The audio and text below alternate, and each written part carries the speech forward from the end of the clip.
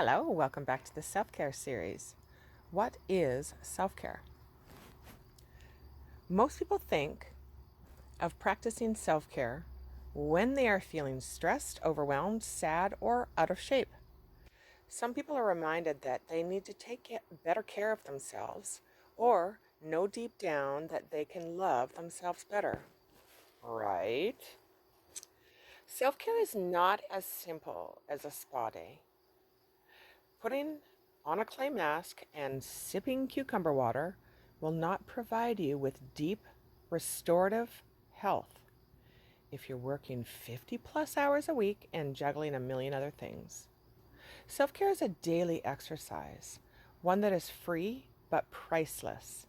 It is a reckoning with your soul where you declare, I am worthy to be cared for. Let's take a breath. Put your hand on your heart. I am worthy to be cared for. Whew, right? Self-care is also not just about your physical self. Strong people take care of their body, mind, emotion, and soul.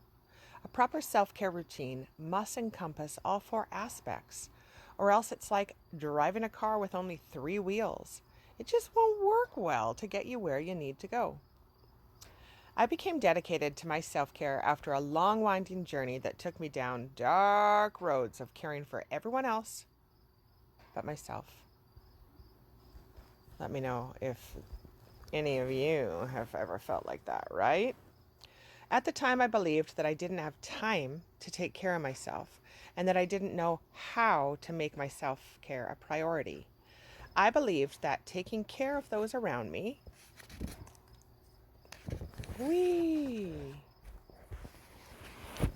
and solving their problems and making them feel cared for was more important than my needs.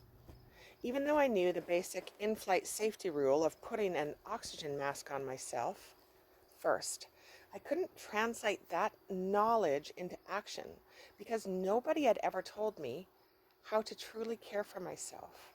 I kept going at my standard but intense pace, depleted and burned out. I was angry and resentful, holding out hope that the people in my life would eventually take care of me.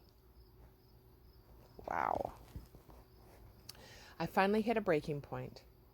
I was ready to ditch my marriage and radically rearrange my life to gain my sense of self back. Instead, that's when I developed the strength to use my words and other things as a means of self-care. I started to speak the truth about what I was no longer willing to accept. Through the proverbial skinning of my knees, I learned how to put on my own oxygen mask. This is what I'd love to share with you in this series. How to successfully implement self-care, maybe for an entire year if you're around that long.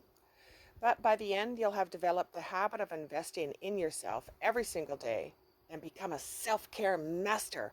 Hiya! It's important to note that embracing self-care doesn't mean you have to nearly lose everything important for you in order to achieve a life you love. Wisdom is gained in one of two ways: learning from your own mistakes or from the mistakes of others. I'm going to help you gain the wisdom of self-care the easy, healthy way. Self-care is not just a designated time of day when you focus on yourself.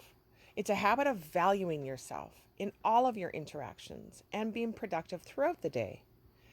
Through these core self-care methods, you can earn greater respect from the people in your life, decrease instances of illness, increase self-confidence, strength, and resiliency, and achieve a greater sense of calm. I trust that you'll come to love that your relationship with yourself and others is centered around and in alignment with your priorities and values. There's no greater gift to give yourself than a calm, centered mind and a strong, limber body full of energy to accomplish all that you want. By focusing on your well-being, you will improve your health increase your happiness, foster spirituality, establish healthy boundaries and relationships, define and embrace your values, and prioritize your own self-growth. Oh, there's Millie in the background. Hi, Millie. Millie, Millie. Hi, baby. Millie, you're in the video. Wee. And you will give those gifts to yourself through your self-care. It's an honor to walk with you in this series on your path and sacred journey to self-care.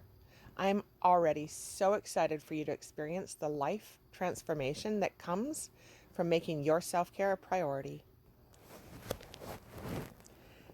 Stay tuned.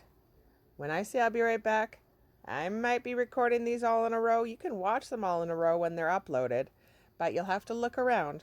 Find me on TikTok. Find me on Facebook.